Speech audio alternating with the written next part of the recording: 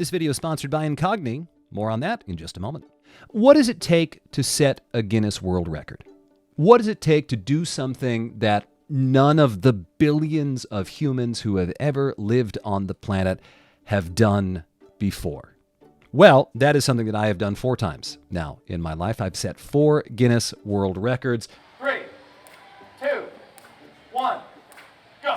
I've been in the Guinness Book of World Records twice now, most recently in 2022, both times for my record of most bullwhip cracks in 1 minute. And so today, I would like to take you through all the times I have set that record, 2016, 2018, and 2020, and talk about what went into my thinking, what went into my training, what went into my practice. How did I get ready to set these world records? Because let me tell you, it was a lot of work.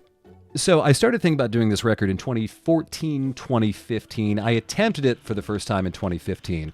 Didn't set it that time. But what I learned that first time was that it comes down to 2 things, and that is training, and that comes down to practice. So practice is, do you have the right technique? And 2 is training.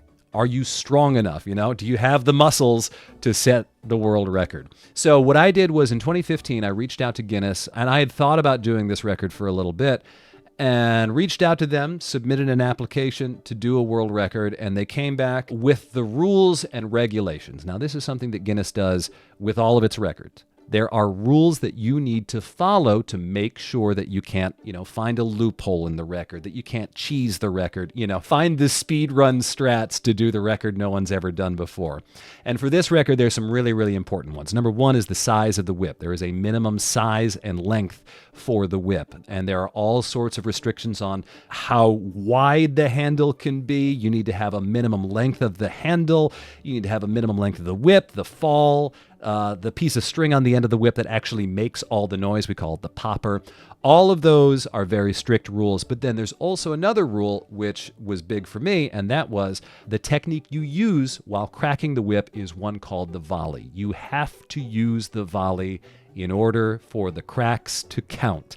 And that was a big surprise to me because I didn't really know how to do the volley when I found this out. So a couple of things happened. Number 1, I looked at these restrictions and I realized I had no whips that met these restrictions. The big one is that the handle of the whip in certain spots needs to be 7/8 and 9/8 of an inch. And I did not have any whips that met that restriction while also being at least 6 feet long.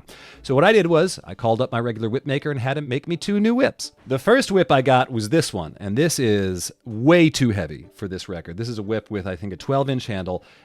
You can see how thick the handle is. You can see how thick the braid is. This is a very, very heavy bullwhip. And I tried this for a little bit, and I was like, dude, this is not going to work for this record. Can you rush order me another whip? And at this point, I was like 2 weeks out from the record attempt.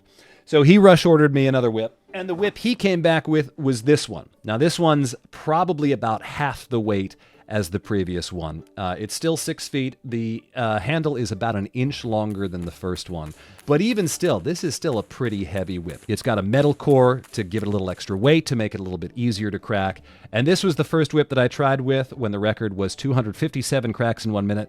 I did 250 with this whip. And that comes down to a thing that I call technique. I mentioned that you have to do the volley when you're doing this trick. Now, the volley is a type of trick where you take the whip and you just go back and forth like that.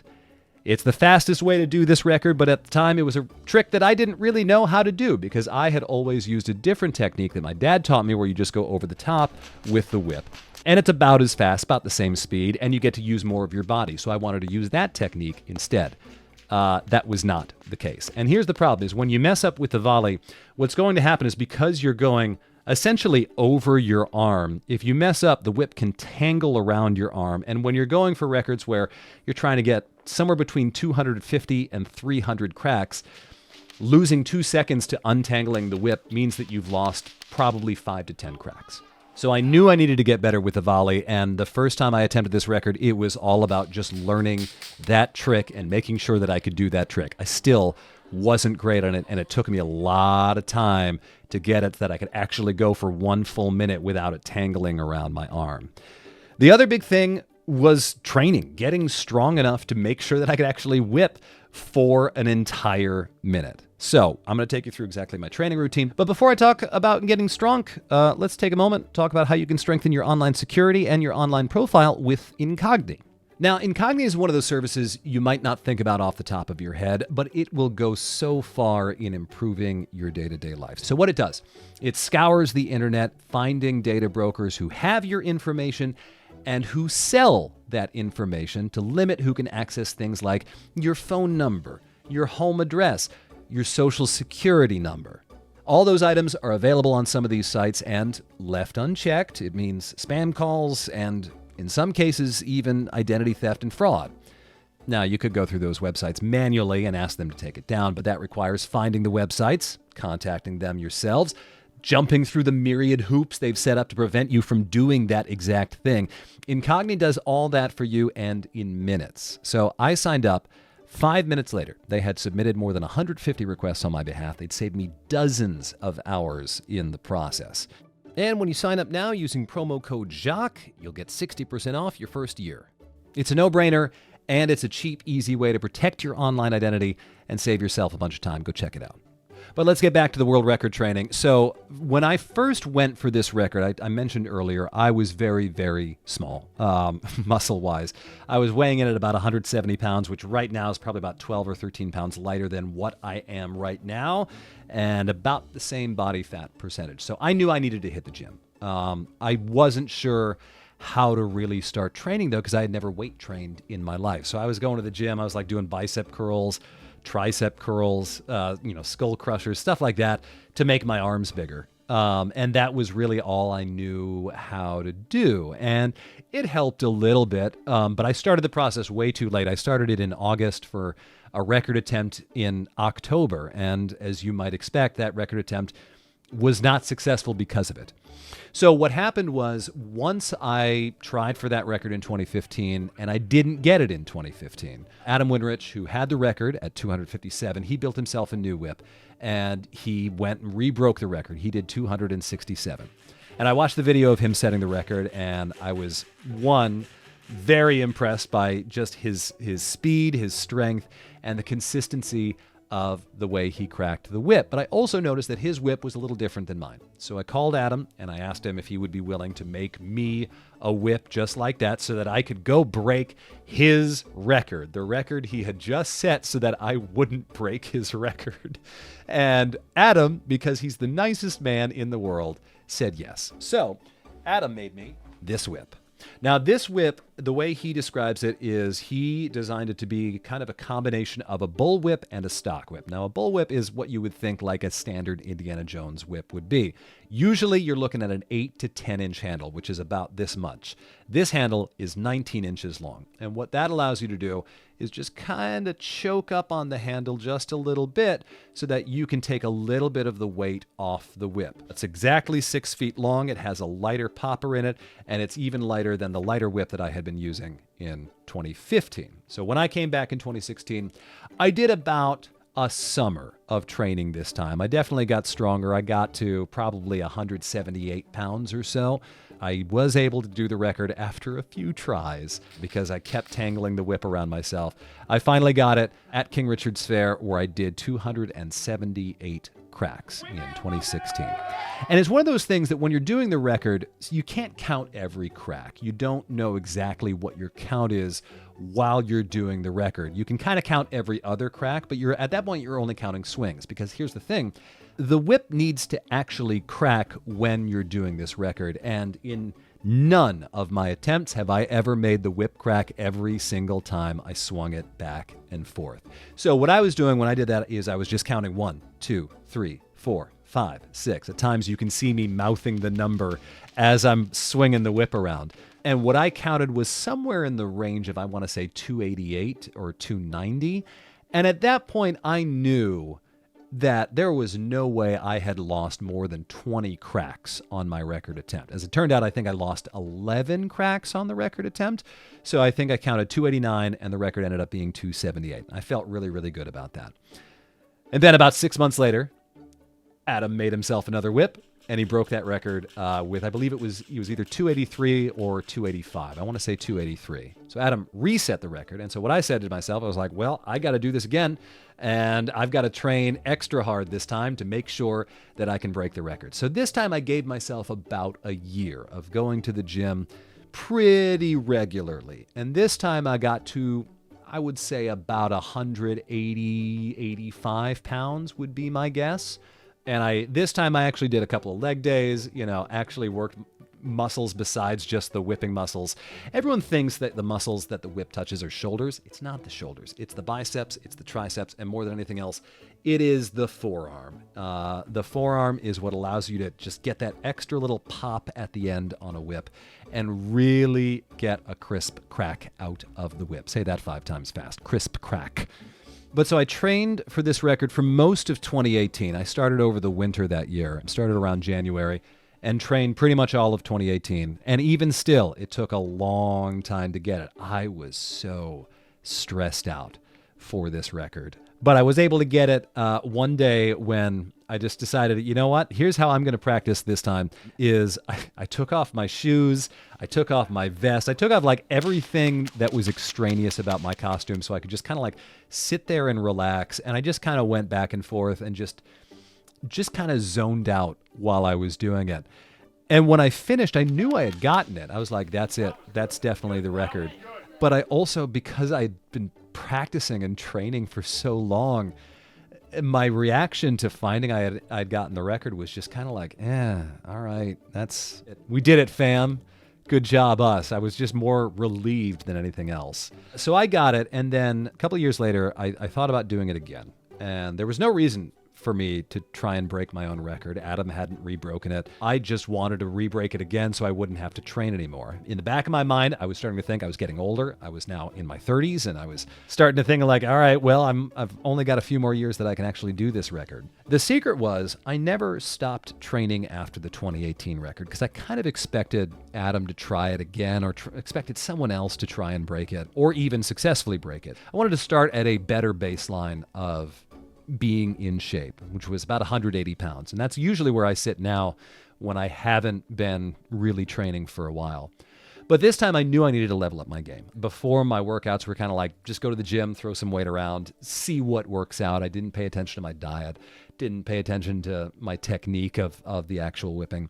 This time, I decided to really go after it in a scientific way. So at the end of 2019, what I did was I built a gym down in my basement. And boy, was that useful if you remember what was going on in 2020. And so what it meant was that through all of 2020, I got on what I now like to lovingly call my world record circuit of training, which is 3 days on, 1 day off, 3 days on, 1 day off, rinse, repeat. Works out to be about 6 days a week, sometimes 5 days a week. You're working every muscle group individually, and you're working it in such a way that it has time to rest before you work it again, but every muscle's getting worked generally twice a week.